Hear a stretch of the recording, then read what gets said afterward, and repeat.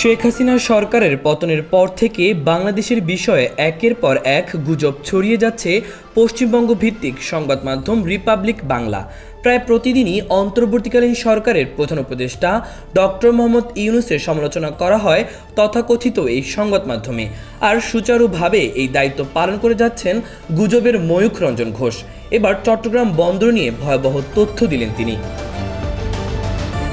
ময়ূখের বক্তব্যের মাধ্যমে প্রকাশ পেয়েছে বাংলাদেশের চট্টগ্রাম নিয়ে ভারতের ভয়াবহ এক দুর্বিসন্ধি। চট্টগ্রাম বিষয়ে ভারতের হস্তক্ষেপ জরুরি বলে মন্তব্য করেন ময়ূখ। বাংলাদেশের রাষ্ট্রীয় অখণ্ডতা ও সার্বভৌমত্বের বিরুদ্ধে ময়ূখের এ বক্তব্যকে উস্কানিমূলক বলে মনে করছেন অনেকে। মঙ্গলবার রিপাবলিক বাংলার ইউটিউব চ্যানেলে চট্টগ্রাম আলাদা রাষ্ট্র হবে, মাউন্টব্যাটেন নেহেরুর ভুল ঠিক করার সময় এসেছে, ভারতের হস্তক্ষেপ জরুরি শিরোনামে প্রকাশিত প্রতিবেদনটিতে বলা হয়, চট্টগ্রামে হিন্দু বৌদ্ধরা জেগে উঠেছে, যে কারণে বাংলাদেশের অন্তর্বর্তী সরকারের প্রধান উপদেষ্টা ডক্টর মোহাম্মদ ইউনূস আতঙ্কে রয়েছেন। উপস্থাপক ময়ূখ রঞ্জন ঘোষকে বেজায় উত্তেজিত কণ্ঠে বলতে শোনা যায়, চট্টগ্রাম স্ট্র্যাটেজিক্যালি বেশ গুরুত্বপূর্ণ।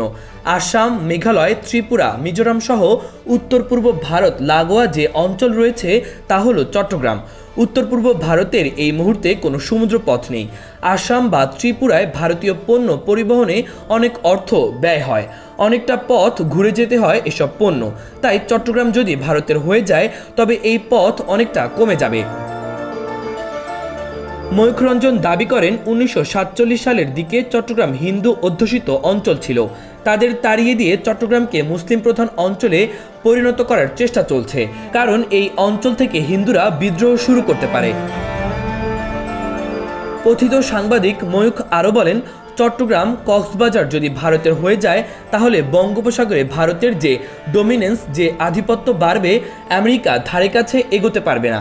সেন্ট মার্টিন নিক, সেন্ট হেরিন নিক, চট্টগ্রামটা যদি স্বাধীন রাষ্ট্র হয়ে যায় বা ভারতের হয়ে যায় তাহলে শুধু বাংলাদেশের জন্য নয়, গোটা পৃথিবীর যারা বঙ্গোপসাগর দখল করতে চায় তাদের চিন্তার কারণ হয়ে যাবে।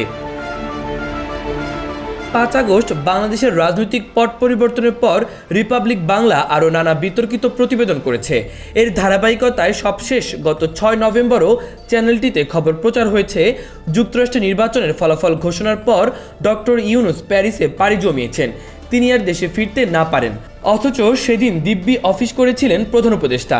এমনকি রাষ্ট্রীয় অতিথি ভবন যমুনায় শহীদ আবু সাঈদের 2 ভাইয়ের সঙ্গে সাক্ষাৎ করেছেন তিনি। মাহবুবুর রহমান ইমন, খবর সংযোগ।